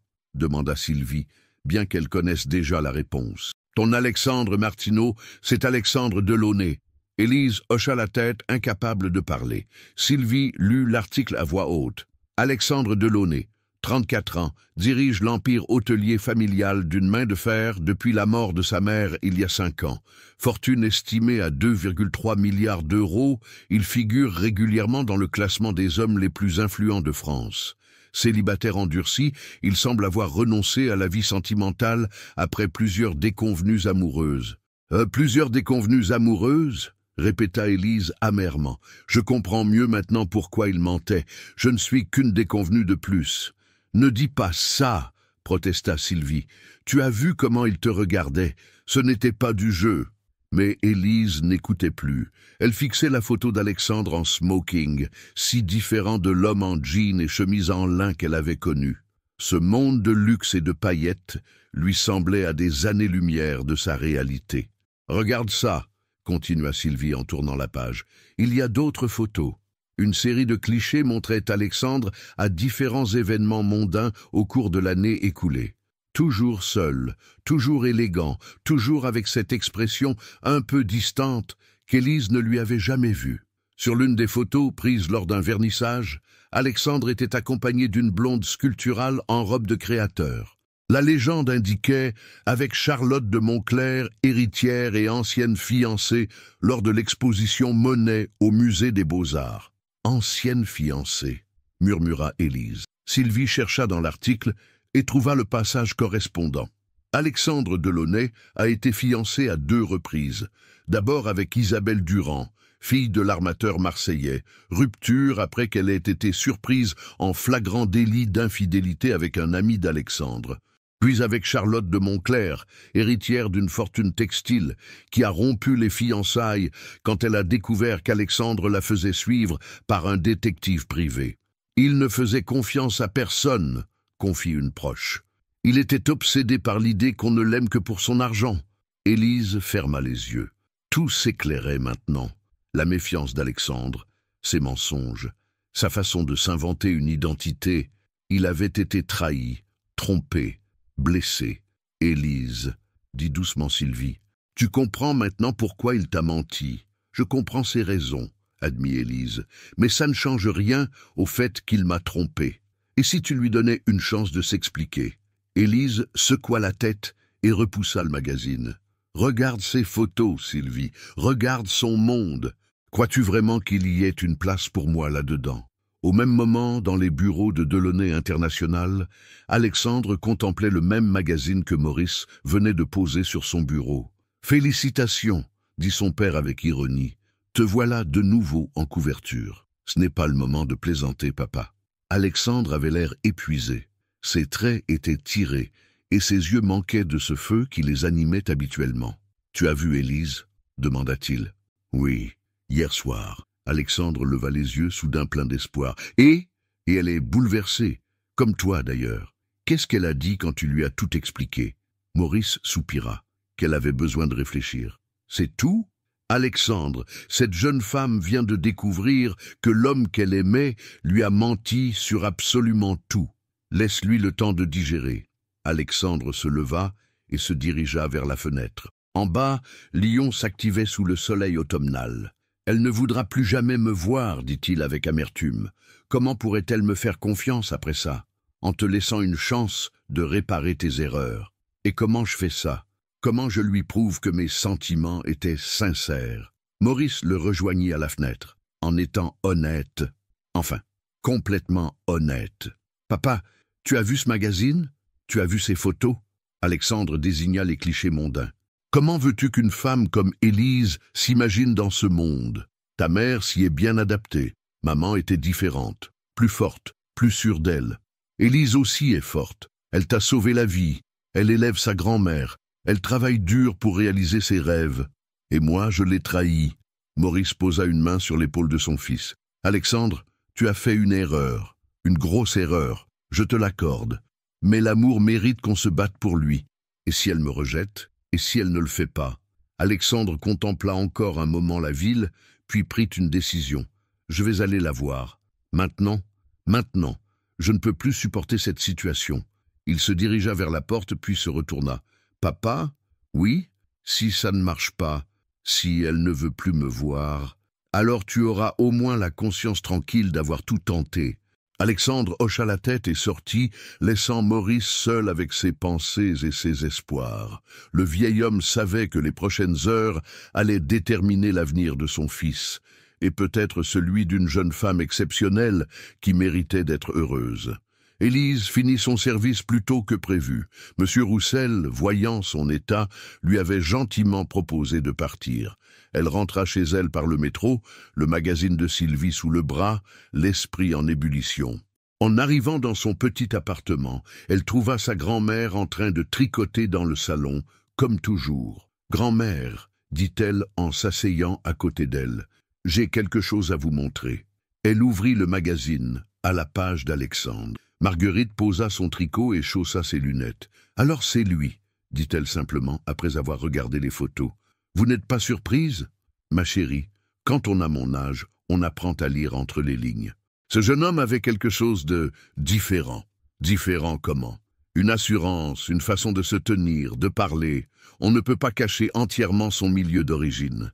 Élise se mordit la lèvre. « Qu'est-ce que je dois faire, grand-mère » Marguerite prit les mains de sa petite fille dans les siennes. « Ce que ton cœur te dicte, ma chérie. Mais avant, pose-toi la bonne question. » Laquelle? Est-ce que tu l'aimes pour ce qu'il est ou pour ce que tu croyais qu'il était? Élise resta silencieuse, contemplant cette question qui allait peut-être changer le cours de sa vie. Élise n'eut pas le temps de répondre à la question de sa grand-mère. La sonnette de l'appartement retentit, la faisant sursauter. Elle échangea un regard interrogateur avec Marguerite. « Tu attends quelqu'un » demanda la vieille dame. « Non. » Élise se dirigea vers l'interphone, le cœur battant. Une intuition lui disait qu'elle savait déjà qui l'attendait en bas. « Oui, Élise, c'est Alexandre. » Sa voix était différente au téléphone, plus grave, plus hésitante. Élise ferma les yeux et s'appuya contre le mur. « Qu'est-ce que tu veux? Te parler, s'il te plaît, juste te parler. » Un long silence s'étira. Élise sentait le regard bienveillant de sa grand-mère posé sur elle. « Élise ?» La voix d'Alexandre était suppliante. « Je sais que je n'ai pas le droit de te demander ça après tout ce qui s'est passé, mais laisse-moi m'expliquer. Une seule fois. Après, si tu veux que je disparaisse de ta vie, je le ferai. » Élise prit une profonde inspiration. Monte. 3e étage, porte de gauche. Elle appuya sur le bouton pour ouvrir la porte d'entrée et se tourna vers sa grand-mère. « Grand-mère, je vais dans ma chambre, » dit Marguerite en se levant. « Vous avez besoin d'être seule pour cette conversation. » Elle s'arrêta devant sa petite fille et lui caressa doucement la joue. « Écoute-le, ma chérie, mais surtout, écoute ton cœur. » Quelques minutes plus tard, on frappa à la porte. Élise alla ouvrir, et son souffle se coupa. Alexandre se tenait sur le palier, vêtu d'un costume sombre, qui lui donnait une allure intimidante. Mais c'était ses yeux qui la frappèrent le plus. Ils exprimaient une vulnérabilité qu'elle ne lui avait jamais vue. « Bonjour, » dit-il doucement. « Bonjour. » Ils se regardèrent un moment en silence, chacun jaugeant l'autre. Puis Élise s'effaça pour le laisser entrer. Alexandre pénétra dans le petit appartement et fut immédiatement frappé par la simplicité des lieux. Le salon était minuscule mais chaleureux, meublé de pièces dépareillées mais soigneusement entretenues. Des photos de famille ornaient les murs et une odeur de lavande flottait dans l'air. « Assieds-toi » dit Élise en désignant le canapé. Alexandre s'assit au bord du coussin, visiblement mal à l'aise. Élise prit place dans le fauteuil en face de lui, maintenant une distance physique qui reflétait la distance émotionnelle entre eux. « Tu as vu le magazine ?» dit Alexandre. Ce n'était pas une question. « Oui, alors tu sais tout maintenant. Je sais que tu es milliardaire. Je sais que tu diriges un empire. Je sais que tu as été fiancé 2 fois. » La voix d'Élise était neutre, factuelle. « Mais je ne sais toujours pas qui tu es vraiment. » Alexandre se passa une main dans les cheveux, geste qu'Élise reconnut. C'était un tic qu'il avait quand il était nerveux, une habitude qu'Alexandre Martineau aussi avait. « Je suis celui que tu as connu, » dit-il. « Tout ce que nous avons vécu ensemble, tous nos moments, c'était vrai. C'était moi, le vrai moi. »« Le vrai toi ?» Élise eut un rire amer. « Le vrai toi qui me faisait croire qu'il était consultant ? Qui prétendait avoir des problèmes d'argent? Qui conduisait une voiture d'occasion? Les détails étaient faux, mais les sentiments étaient vrais. » « Les détails ?» Élise se leva, agitée. « Alexandre, tu m'as menti sur absolument tout. Ton nom, ton travail, ta vie. Comment peux-tu appeler ça des détails ?» Alexandre se leva aussi, et soudain, le petit salon sembla encore plus exigu. « Parce que rien de tout ça ne change qui je suis au fond. » « Vraiment ?» Élise croisa les bras. « Alors explique-moi. Explique-moi pourquoi l'héritier d'un empire de plusieurs milliards s'amuserait à jouer au petit bourgeois avec une serveuse de restaurant. » La gifle de ces mots fit grimacer Alexandre. Ce n'était pas un jeu. Alors c'était quoi? Alexandre la regarda longuement, cherchant ses mots. Comment expliquer des années de solitude, de méfiance, de relations superficielles? Tu veux savoir pourquoi j'ai menti? Dit-il finalement. Parce que toute ma vie, les gens ont voulu me connaître pour une seule raison.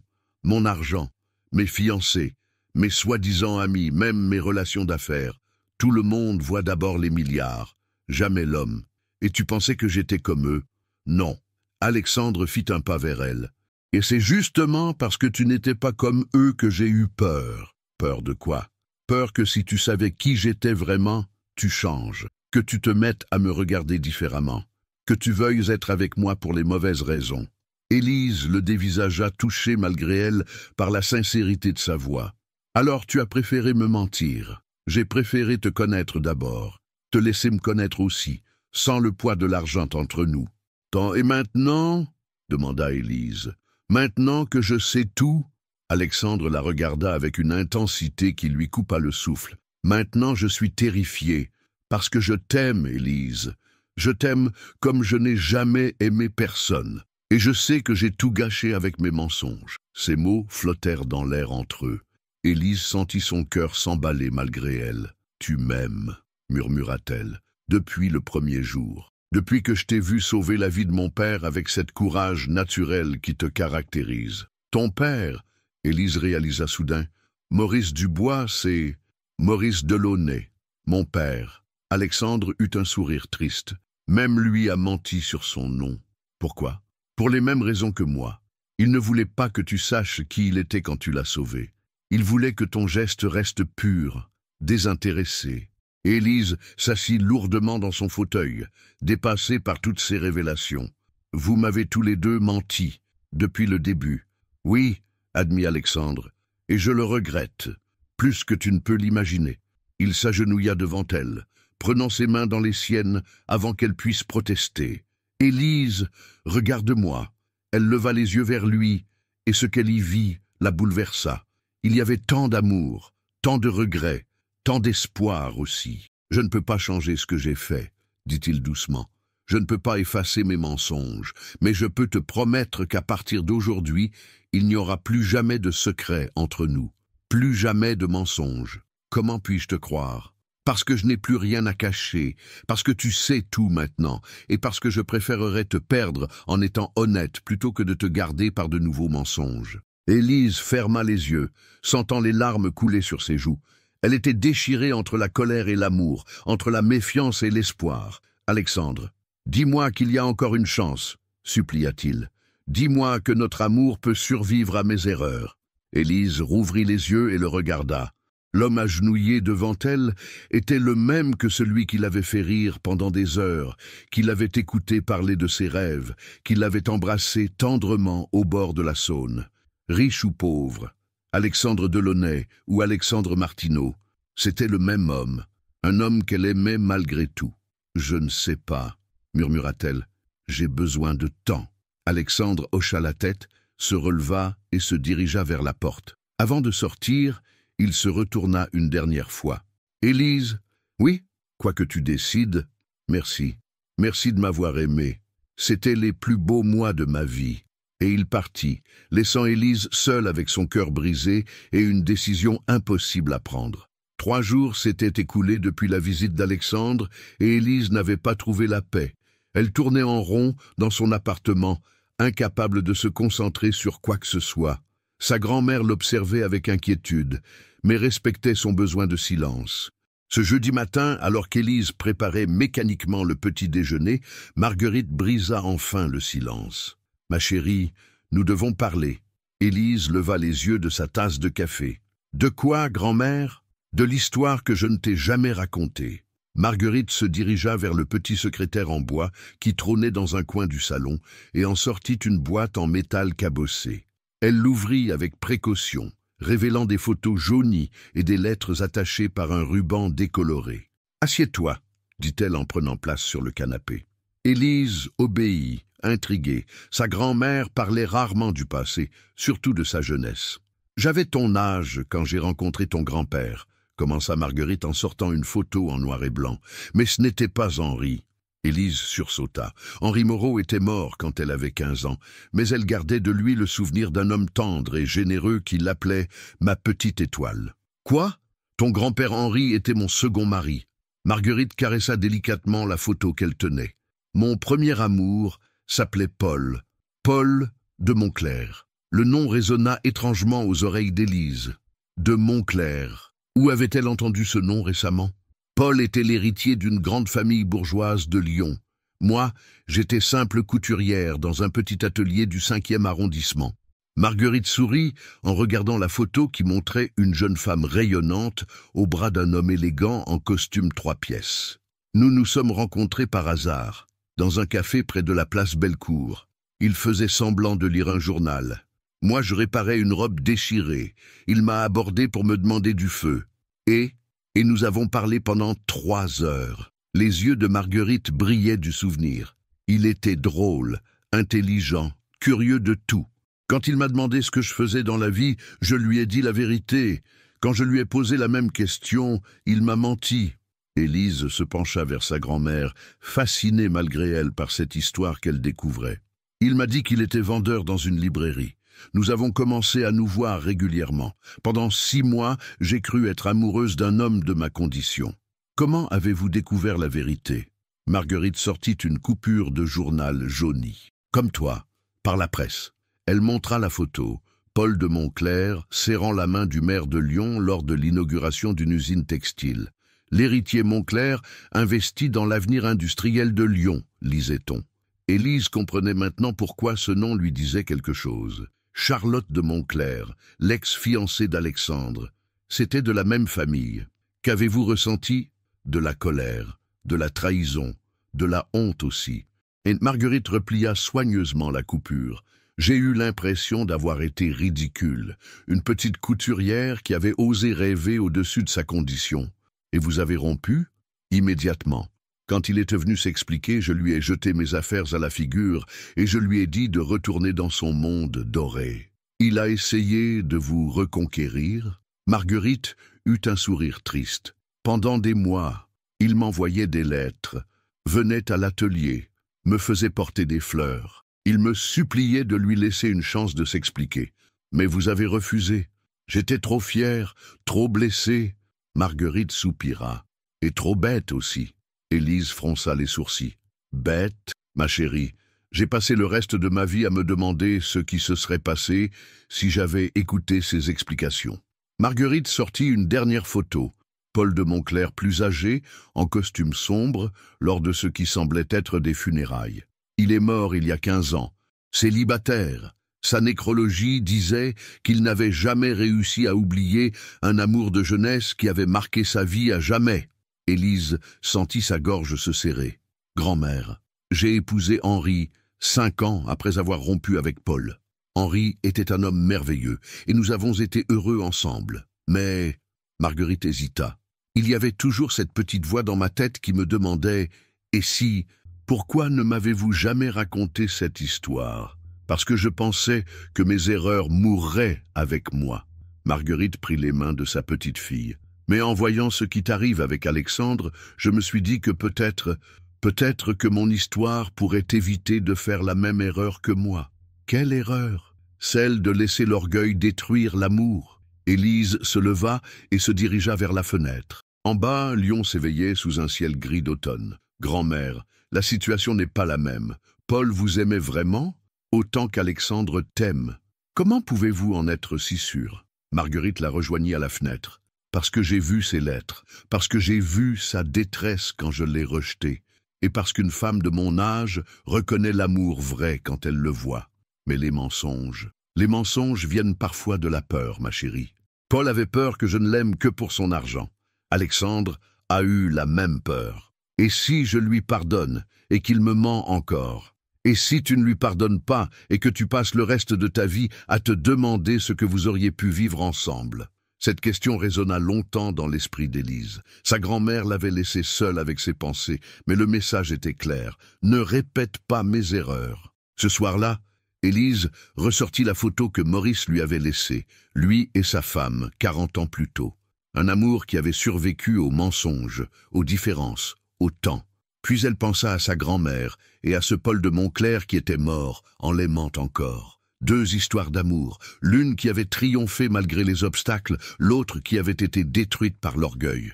Laquelle voulait-elle vivre? Pour la première fois depuis des jours, Élise eut l'impression de voir clair dans ses sentiments. Elle aimait Alexandre, malgré ses mensonges, malgré leurs différences, malgré tout. Et peut-être que l'amour valait la peine qu'on lui donne une seconde chance. Peut-être que sa grand-mère avait raison. Il fallait parfois savoir laisser le cœur parler plus fort que l'orgueil. Élise prit son téléphone et, avant de perdre courage, composa le numéro d'Alexandre. Elle avait une décision à lui annoncer. Alexandre regardait son téléphone sonner sans oser décrocher. Le nom d'Élise s'affichait sur l'écran, et son cœur battait si fort qu'il avait l'impression qu'il allait exploser. Après 3 sonneries, il se décida enfin. « Allô? Alexandre ?» La voix d'Élise était douce, hésitante. « C'est moi. Élise ?» Il ferma les yeux, n'osant espérer. « Comment vas-tu? J'ai réfléchi. À nous, à ce que tu m'as dit. » Alexandre retint son souffle. « Et j'aimerais qu'on se voie. Maintenant, si tu peux. » Alexandre regarda sa montre. 20 heures. Il était encore dans son bureau, mais il aurait annulé une réunion avec le président de la République pour répondre à cette demande. « Où veux-tu qu'on se retrouve ? » « Sur la passerelle du palais de justice. » Alexandre sourit malgré lui. Ce pont piétonnier qui reliait les 2 rives de la Saône était l'endroit où ils s'étaient promenés lors de leur premier vrai rendez-vous. « J'y serai dans 20 minutes. » « Moi aussi. » Un silence s'étira entre eux. « Élise ? » ?»« Oui, merci de me donner cette chance. » 20 minutes plus tard, Alexandre arrivait sur la passerelle. Élise était déjà là, accoudée à la rambarde, regardant couler la Saône sous les lumières de la ville. Elle portait son manteau beige et une écharpe crème qui flottait dans la brise légère. Il s'approcha lentement, n'osant troubler cette image qu'il avait cru ne plus jamais revoir. « Bonsoir », dit-il doucement. Elle se tourna vers lui. Dans la lumière dorée des lampadaires, elle était plus belle que jamais. « Bonsoir ». Ils se regardèrent un moment en silence, chacun cherchant dans les yeux de l'autre un signe d'espoir ou de condamnation. « Merci d'être venu », dit finalement Élise. « Merci de m'avoir appelé. » Elle reporta son attention sur la rivière. « Ma grand-mère m'a raconté une histoire. »« Ah ?» L'histoire de son premier amour. Un homme riche qui lui avait menti sur son identité. Alexandre sentit son cœur se serrer. Et comment ça s'est terminé? Mal. Élise le regarda à nouveau. Elle a choisi l'orgueil plutôt que l'amour, et elle l'a regretté toute sa vie. Élise, laisse-moi finir. Elle prit une profonde inspiration. Ces derniers jours, j'ai eu le temps de réfléchir. À nous, à ce qu'on a vécu ensemble. Alexandre n'osait bouger, de peur de briser ce moment fragile. Et j'ai réalisé quelque chose d'important. Quoi? Que l'homme dont je suis tombée amoureuse, c'est toi. Pas Alexandre Martineau, le consultant. Pas Alexandre Delaunay, le milliardaire. Toi, l'homme qui me faisait rire, qui m'écoutait parler de mes rêves, qui me regardait comme si j'étais précieuse. Les yeux d'Alexandre se voilèrent d'émotion. « Ça ne change rien au fait que tu m'aies menti, » continua Élise. « Ça m'a fait mal, très mal. Je sais, et je m'en veux tellement. Mais je comprends pourquoi tu l'as fait. » Alexandre la regarda, n'osant croire ce qu'il entendait. « Tu comprends? » ?»« Oui. » Élise se tourna complètement vers lui. « J'ai lu l'article sur tes ex-fiancés. J'ai vu à quel point tu as été blessé. Et je comprends que tu aies voulu être aimé pour toi-même, pas pour ton argent. Élise, mais je veux que tu comprennes quelque chose aussi. Tout ce que tu veux. Si tu avais été honnête dès le début, si tu m'avais dit qui tu étais vraiment, ça n'aurait rien changé à mes sentiments. » Alexandre sentit sa gorge se serrer. « Tu en es sûre? »« Certaine. » Élise s'approcha de lui. « Parce que ce qui m'a fait tomber amoureuse de toi, ce n'est pas ta voiture ou tes vêtements. C'est ta façon de sourire quand tu me voyais arriver au restaurant. C'est ta patience quand je te racontais ma journée. C'est ta tendresse quand tu me prenais dans tes bras. » Alexandre tendit la main vers elle, hésitant. « Est-ce que ça veut dire que tu me pardonnes ?» Élise prit sa main dans la sienne. « Ça veut dire que je t'aime. » Ces 3 mots libérèrent une émotion si forte qu'Alexandre crut que ses jambes allaient se dérober sous lui. « Tu m'aimes encore, après tout ce que j'ai fait? Je t'aime malgré tout ce que tu as fait. » Élise sourit à travers ses larmes. « Et peut-être un peu à cause aussi. »« À cause. Parce que tes mensonges venaient de la peur d'être rejeté, et ça me prouve à quel point je compte pour toi. » Alexandre la prit dans ses bras et la serra contre lui comme si elle risquait de s'envoler. « Tu comptes plus que tout pour moi. » murmura-t-il dans ses cheveux. Tu es tout pour moi. Ils restèrent enlacés au milieu du pont, retrouvant cette intimité qu'ils avaient cru perdue à jamais. Alexandre, plus jamais de mensonges entre nous. D'accord? Plus jamais, je te le promets. Et moi, je te promets de ne plus jamais laisser mon orgueil détruire notre amour. Il s'écarta légèrement pour la regarder dans les yeux. Alors, on recommence? Non, dit Élise en souriant. On continue, mais cette fois avec la vérité. Alexandre l'embrassa, et ce baiser avait le goût du pardon, de l'espoir et de l'amour retrouvé. Je t'aime, dit-il contre ses lèvres. Moi aussi je t'aime. Autour d'eux, Lyon brillait de mille feux, témoin silencieux de cette réconciliation. Le passé était derrière eux, avec ses erreurs et ses mensonges. L'avenir s'ouvrait devant eux, incertain, mais plein de promesses. Alexandre? Oui, il va falloir que tu me présentes à ton père, au vrai.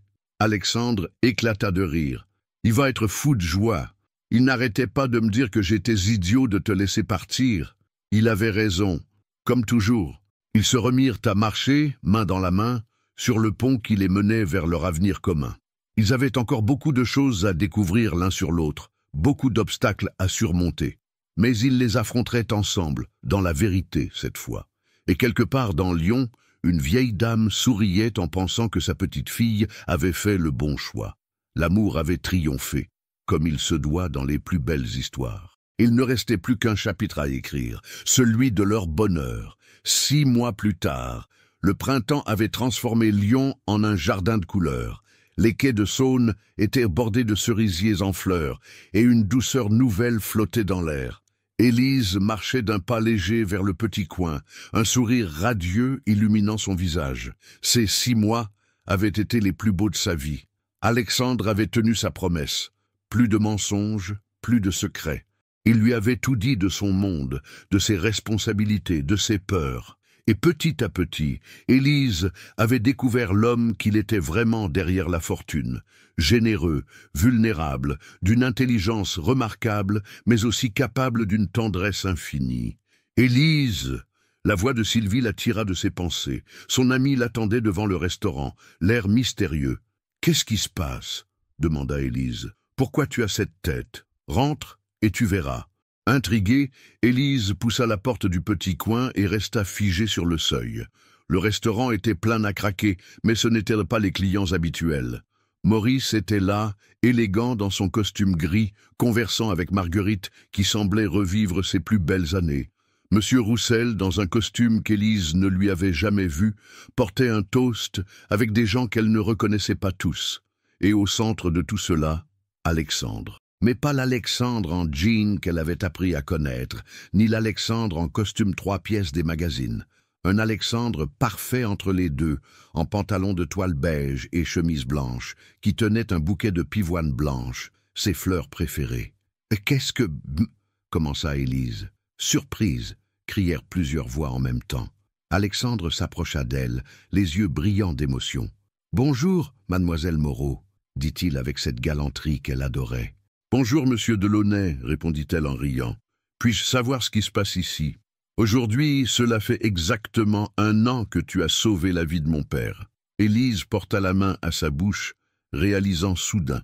Comment avait-elle pu oublier cette date? « Et nous avons pensé qu'il était temps de fêter ça dignement, » continua Alexandre, « avec tous ceux qui comptent pour nous. » Il lui présenta le bouquet qu'elle accepta en rougissant comme une adolescente. « Mais ce n'est pas tout, » dit Maurice en s'approchant. « Nous avons quelque chose à t'annoncer. »« Quoi donc ?» Maurice et Alexandre échangèrent un regard complice. « Raconte-lui, papa. » Maurice prit les mains d'Élise dans les siennes, comme il l'avait fait ce fameux soir, il y a 1 an. « Ma chère Élise, tu nous as sauvé la vie à tous les deux. À moi physiquement cette nuit-là, à Alexandre émotionnellement, en lui apprenant à aimer vraiment. Maurice, laisse-moi finir. Nous avons décidé de créer une fondation. La fondation Élise Moreau, pour aider les jeunes femmes courageuses comme toi à réaliser leurs rêves. » Élise sentit ses jambes faiblir. Sylvie la rattrapa et la fit asseoir sur une chaise. « Une fondation, à mon nom, avec un capital de départ de 5 millions d'euros, précisa Alexandre, pour des bourses d'études, des prêts sans intérêt pour créer des entreprises, des formations professionnelles. Mais je ne peux pas accepter ça. Bien sûr que si. C'était la voix de Marguerite qui s'était approchée. Ma chérie, tu as passé ta vie à aider les autres.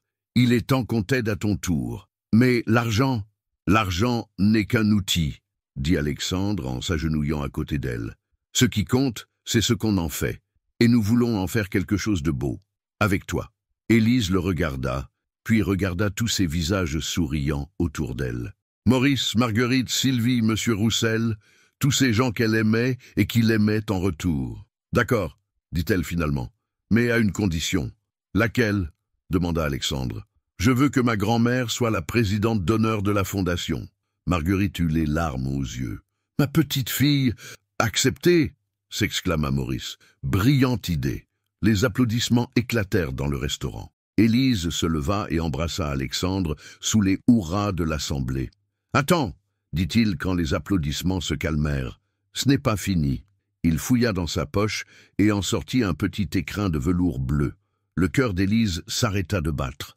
Élise Moreau, dit-il en ouvrant la boîte, révélant une bague de fiançailles d'une simplicité parfaite. Un solitaire modeste mais d'une pureté éclatante. Veux-tu m'épouser? Le silence se fit dans le restaurant. Tous les regards étaient fixés sur Élise, qui regardait alternativement la bague et l'homme qu'elle aimait. « Tu es sûre ?» demanda-t-elle doucement. « Sûre de vouloir épouser une ancienne serveuse? Je veux épouser la femme qui m'a appris ce que signifie vraiment l'amour. Et moi, je veux épouser l'homme qui a eu le courage de me mentir pour me dire sa vérité. » Elle tendit sa main gauche et Alexandre glissa l'anneau à son doigt. Puis il se releva et l'embrassa tendrement, sous les acclamations de toute l'assemblée. « Je t'aime » murmura-t-il contre ses lèvres. « Moi aussi, je t'aime. Pour toujours. » 1 an plus tard, l'église Saint-Nizier était bondée. D'un côté, la famille et les amis d'Élise, Marguerite au premier rang, émue aux larmes, Sylvie comme demoiselle d'honneur, Monsieur Roussel et tous les habitués du petit coin.